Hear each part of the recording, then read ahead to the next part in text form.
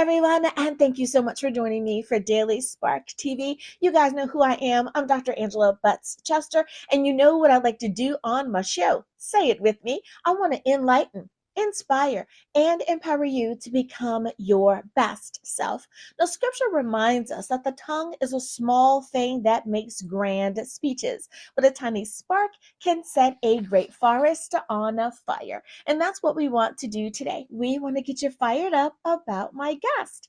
I'll be spending time today with Dave Osborn, and we'll be talking about his book, Piper's Journey Home. So, you know what I'm going to tell you to do? Go on, get comfy, get cozy, get your coffee or get your tea, because we are about to get started.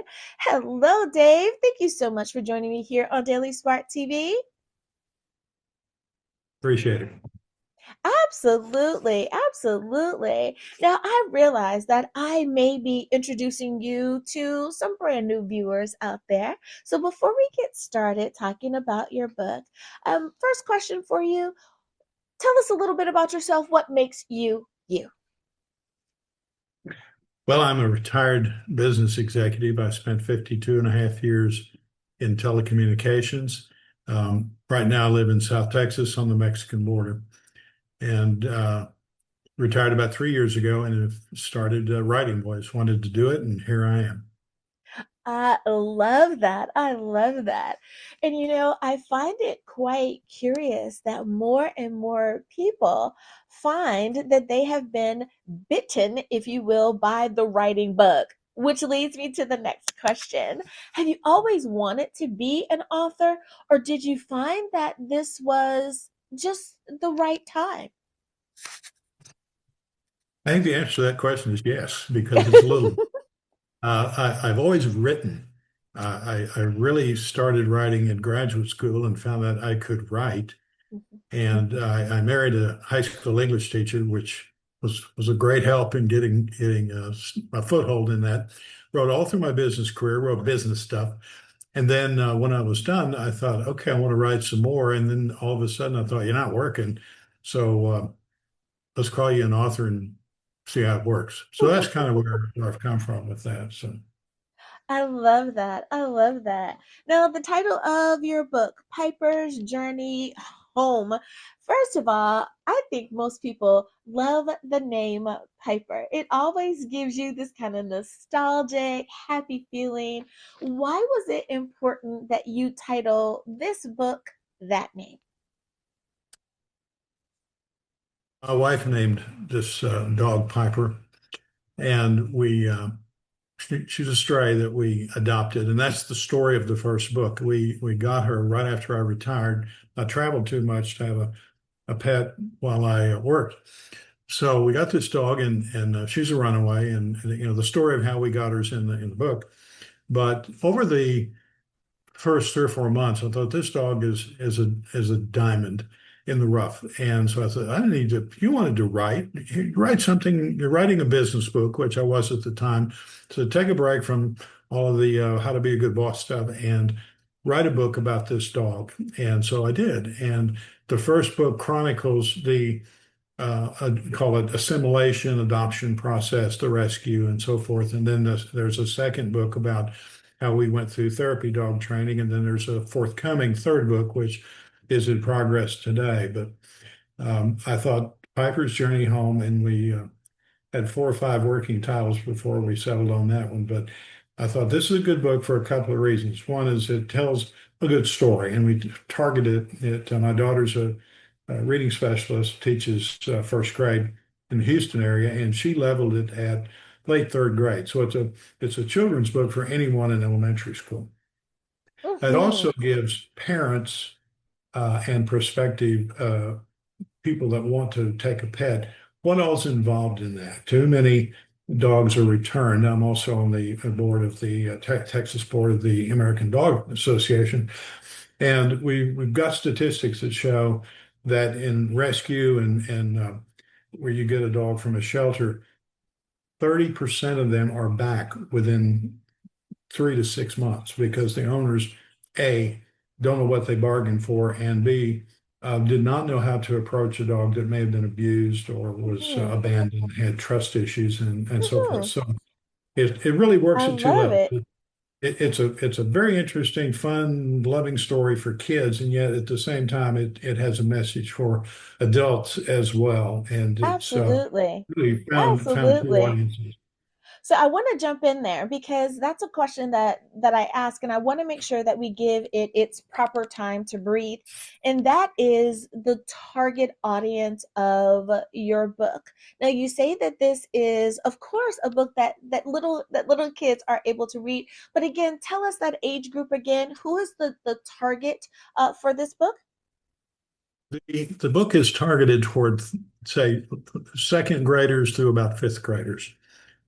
For kids reading, and it is first and foremost a children's picture book as it's Mhm. classified. But like I said, there's a message for and a forward for adults in both books that will be in all three books actually, but the first two, it's a message for parents. You know, it's and the book is told in Piper's voice, so it's Piper telling her story, which makes it kind of interesting for kids because you know it's a talking dog. Um, and the visits that we've made for schools and places where we go read the book, the kids are just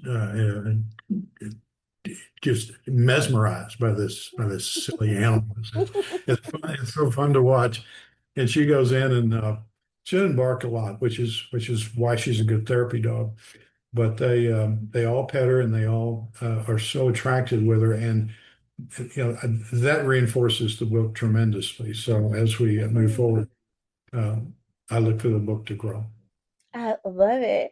Now, Piper's personality, why was it so important that you highlight that along the way? You could have chosen any dog to talk about. Why was Piper the star? Basically, it's temperament. And Piper, remember, was a stray. She was not abused. She was not abandoned. So she did not have a lot of the issues that you would uh, deal with getting with a rescue. She was full of worms and starving to death. And those are a lot easier problems to solve than someone who's been damaged physically or damaged emotionally. So we got her healthy, and then just her temperament. She's a sweet dog. Like I said, she doesn't bark much. She's very loving, and she's a pretty dog. Like I said, she looks like a lab. She's built like a pit bull, and is just the sweetest thing. She just got him walked out, or I'd grab her to um, to show on camera. She's got her bed is right next to my desk here, and she. Oh. Since I work at this location, I'm in my study working this location most days. She's my companion. So we're very, very close. And it's just my wife and I. Our kids live in Houston. So she's like, it's like having a kid, in the house again. And we just have a great time with her. But largely, to answer your question directly and succinctly, it was temperament and personality that made me want to document the story. And then that led to saying she would make a perfect therapy dog. And um, we've been quite successful with that as well. And that's a different story for another time, but it's been fun. I love that. I love that. And that mix there sounds like absolutely a gorgeous dog. And if at any point in time Piper's able to make a debut, then we will definitely include Piper in that. But we also understand if if Piper wants to stay anonymous in doing the interview, we understand that as well. Well, it He is just time came for back. us to take a very short break. But before we do, if someone wants to reach out to you or if they want to follow you on socials, what's the best way to do that? Well, I'm on Facebook as Dave Osborn Books. If you'll search on that, it'll come up. Dave Osborn 549 is my personal page, and most of what I do with Dave Osborn Books is also shared over with Dave Osborn. So I'm not that hard to find. Um, so either one of those can lead you to um, either Amazon or the website or wherever you want to go further. I love it. Alrighty, everyone. Now you know where you can visit, and you know, of course, the book is available on Amazon and wherever books are sold. We'll be back right after this.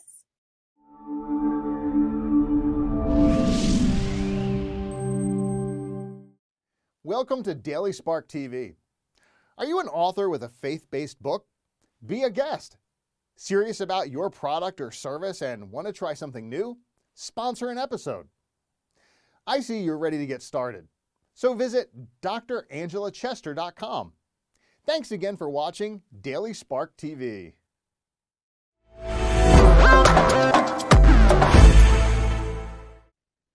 And we are back. Thank you so much for joining me for Daily Spark TV.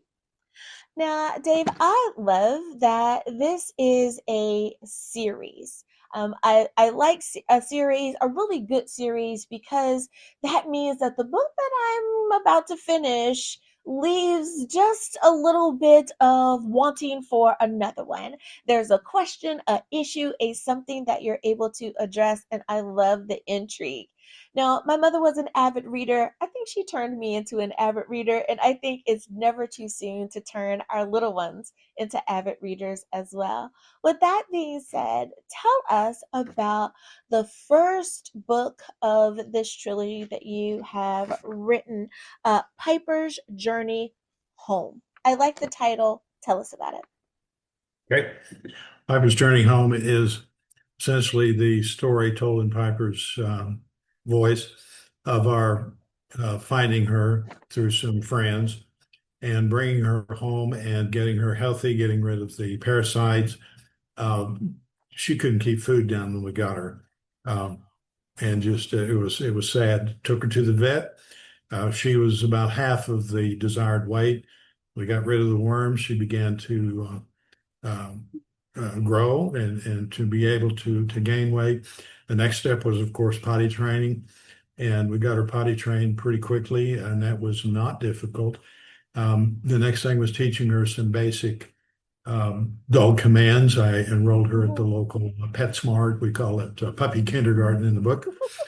And, basic things, sit, stay, roll over, and shake, and all that sort of thing. And we got that done. She graduated. And then um, I go into a little bit with how a vet cares for an animal in terms of being sure that their weight is managed, that their overall health is managed, um, and caring for an animal and being able to feed it, take it on walks. I take her on walks 7 days a week, rain or shine, which down here is mostly hot. Also about bathing her on a regular basis, keeping her clean, and just overall health management, getting her chipped at the vet so that she can't be, she can, if she does get out and runs away, that they can quickly find her if she happens to lose her collar. Um, let's see, what else? Just like I said, and um, just things that go along with keeping an animal safe and being able to keep track of her, keep her healthy, and keep her safe. So that's what we do. I love that you um, include bits and pieces of that in the journey of her finding her forever home. I think that most little kids want a pet, right? Every little person wants to have a dog. I know that I was quite excited to be a kid pet owner, because not everyone is, and to be able to still to tell those stories. But you are giving us full circle there, and I think for many children, it's great to read it in a book. That you have to walk your dog, that you have to, bathe your, the dog and all of that. That it's not just mommy and daddy telling you that you have to do it, but you're understanding that, oh wow, I get to participate in this and I get to be a part of it. I love that you have done that, so incredibly mindful. And you touched on a very important thing in the last half, and that is that she was a rescue, or that she was a stray, that you didn't have all of that bad human stuff that could have been done to her. And I think that changes it as well. Did you find that that Piper was able to make the transition of being a part of the family quite easily? In a word, yes. Hmm. Like I said, she's very affectionate, very loving animal, and was very quick to um, become part of the family. Hmm. Trust issues, if you've been abandoned or damaged physically or emotionally, that takes time. It takes time for Yeah. the dog to believe that you're for real and that you're not going to do the same thing to them. And we were spared that, thank heaven. Um, but when you talked about making it a ritual, when my grandsons come down from Houston, every morning they go on a walk with me. If it's the first of the month, they help me give her heartworm and flea and tick pill. And I impress on them that, guys, this is not something you do if it's warm enough, not too cold. This is something you do if it's raining. You've got to get the dog out and exercise her, and you can't mail that in. You have to do it. And uh, they don't have a dog quite yet. They're too busy with softball and baseball and football and all the other sports things that take up their time. They're in elementary school, and it won't be long before my son does spring for an animal, and they'll already know what the Hmm. responsibilities are and be mature enough at this stage to manage it. And I go, Oh, I I don't love want the it. dog anymore. I don't want. Let's get the dog. Let's give the dog up. It doesn't Hmm. work. I love that they are able to not only spend time with you guys, but also have that kind of toe in the water responsibility where they know that they look forward to, we're part caretaker of Piper when we're down here, and to be able to just love on her and have that experience. I really do like that. Now, your second book, Piper Learned to Serve. I like that. So Piper is now officially a family member and doing her part. Tell us about book number two. But basically, it's we decided, my wife Marilyn and I decided that Piper would make a wonderful therapy dog. So the first thing I did was go on the internet and find somebody who I could register her with. And I found half a dozen that were viable. The one I liked best was Pet Partners. So we started doing the program with Pet Partners, and there's an 8 hour training for the handler, which is moi. So I had to go through that, and stage one was I had to pass this test, and then my wife and I went on an overseas trip for 3 weeks and boarded her with a really good trainer down here who trains drug dogs for the Border Patrol and all kinds of commercial applications. So I mean, he's the real deal. And he had her for 3 weeks and really did wonders with her. And when we got back, we were ready to take the Pet Partners exam. And it has two boxes to check, one for how Piper does and one for how I do in managing Piper. Mm. So we went through the litany of all the little things they do about all the commands. There's a scene where you're exposed to loud noises, pots, pans, like in a hospital. If you were in a hospital with a crash cart or something, like loud noises, sirens, where that, and then being around other dogs. And of course, in this place, one of the nice things that they do is they have socialization. They let all the dogs, and there's about 20 in the large dog area, and they all go out together in the morning and in the afternoon. So they end up learning how to be around other animals, which is important in terms of going into a hospital and you run into another therapy dog or a therapy cat.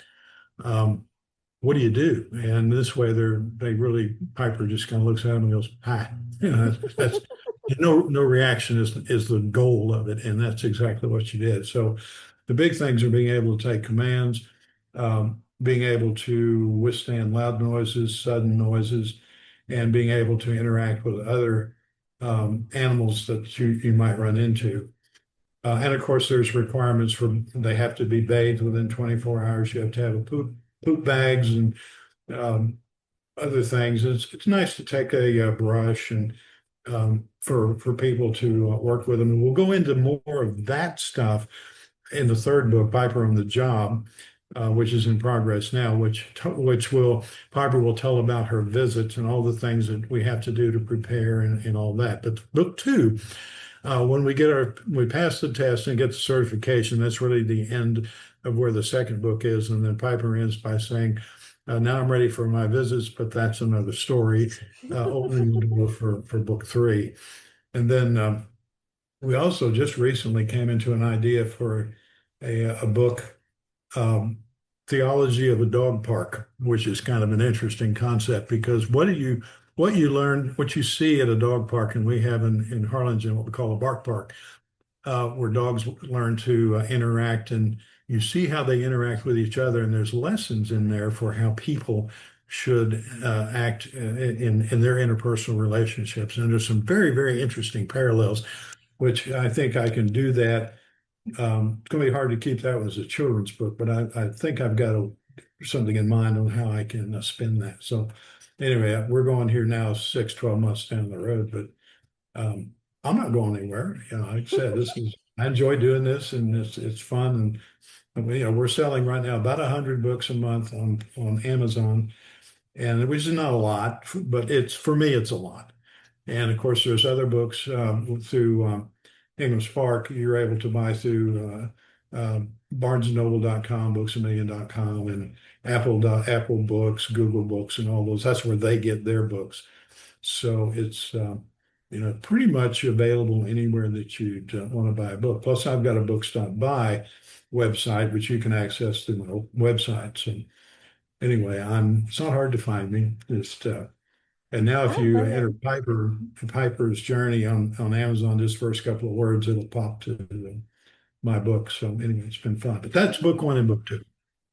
I love it. And I love the idea of one for the owner, for the human involved with the dog, right? The one that's going to be for the adults, and how we can learn from our pets. Far too often we hear that people say, hey, the dog is a rescue, and they say, that we saved the dog, but in fact the dog has saved us, right? Yeah. That our fur babies really do, in their own little way, teach us some life lessons. So I think that that would be awesome. One place that you can definitely include on your book tour when you have written that book. Would love to have you back for that. We have something for the children. This time it'd be something for the adults. So I love that. I love that. Now, I love that you have teased book number three. And of course, when that is available, then people will be able to visit your website and get a copy of that, of course. But I do want to ask, as far as the writing was concerned, I believe that every author goes through a process of how much of the story do I tell? Do I include that? Do I exclude that? You've chosen to write a book that's for children, which tends to be shorter as opposed to longer, like the books for adults. Why was it important that you write a children's book as opposed to starting with a book for adults? Well, I was working on a book for adults when we got Piper. The book is Taking Charge, and you can see that on my website as well. It's a business book where I share, like I said, my last 20 years, I was chief executive officer of a broadband company in South Texas that was managing an area the size of Mississippi, which you could fit inside of Texas. And it's basically how to be a good boss. And I spun off different topics and areas, and supervising, appraising, doing strategic plans, and all the other stuff you do as in a leadership position. And then and that book is around 60,000 words, which is a couple hundred pages. Then for Piper's books are around 2,000 words, give or take. And that's about the right length. And they have photos in the book. The business book has charts and graphs and things like that. But yeah, writing for two audiences. First thing, the business book is really kind of a memoir of 52 and a half years in telecom. But the Piper books really kind of opened uh, something inside me that just said, this is fun. It's fun to write for kids. And like I said, my daughter's a first grade teacher, been teaching 25 years now, and is a reading specialist. So she could teach Piper to read if we lived in the same town. Mhm. But it's very different, different writing for children. And like I said, when I got to my novel, which came out last May, that was that's around 60,000 words. That was far more difficult to do because of its length and because of the complexity of it. You know, the children's book, it's how do you keep it simple enough in an adult book, particularly this kind of a techno cyber thriller. It tends to be more complex. It has some parts that are a bit tedious because you're working with computers, but at the end of the day, um, you just have to put your head in a different place when you sit down at the keyboard. Mhm, mhm. I love that your author legacy is going to be full circle. So you will have a book for all stages and phases, if you will, right? So one to take care of our business needs and aspirations there, one that takes care of our kiddos, and by time you finish with the adult version of the Piper book, right? Then there's going to be one for that mid-range as well. Well, Dave, thank you so much for spending some time with me here on Daily Spark TV. I have enjoyed my conversation with you. And of course, we want to say thank you for sharing the story of Piper. Piper is a superstar in her own right, and I thank you for doing that. Now, one last time, if someone wants to reach out to you or they want to follow you on socials, what is the best way to do that? Well, Facebook, the Dave Osborn Books is my Facebook page. Not hard to find. Dave Osborn 549 is my personal page, which, like I said, a lot of it goes back and forth. My website is daveosbornbooks.com, and it's OSBORN. There's no E, just OSBORNBOOKS. And you'll have access to all the books. I've got a page for Signals of my novel. I've got a page for Piper. I've got photos that we used when we were doing the book, a tab on Taking Charge, the business book, and a little bit of a tab on me, interviews that have we done, and some of the videos that we've done in terms of advertising and publicizing the books. So anyway, and then of course from there you can click to either my books not buy site, or if you prefer Amazon, boom, click and you're on the Amazon page. Well, thank you Uh, again for being a guest here on the show. And Glad to. viewers, Been my pleasure. thank you. And viewers, thank you for spending some time with us here today as well. You could have been anywhere and you chose to spend it with us, and I thank you for doing so. As always, may the Lord continue to shine his face upon you. May you receive his grace and his mercy in all that you do. Until next time, everyone, remember that you are blessed in the Lord. Have a great day, everyone. Bye bye.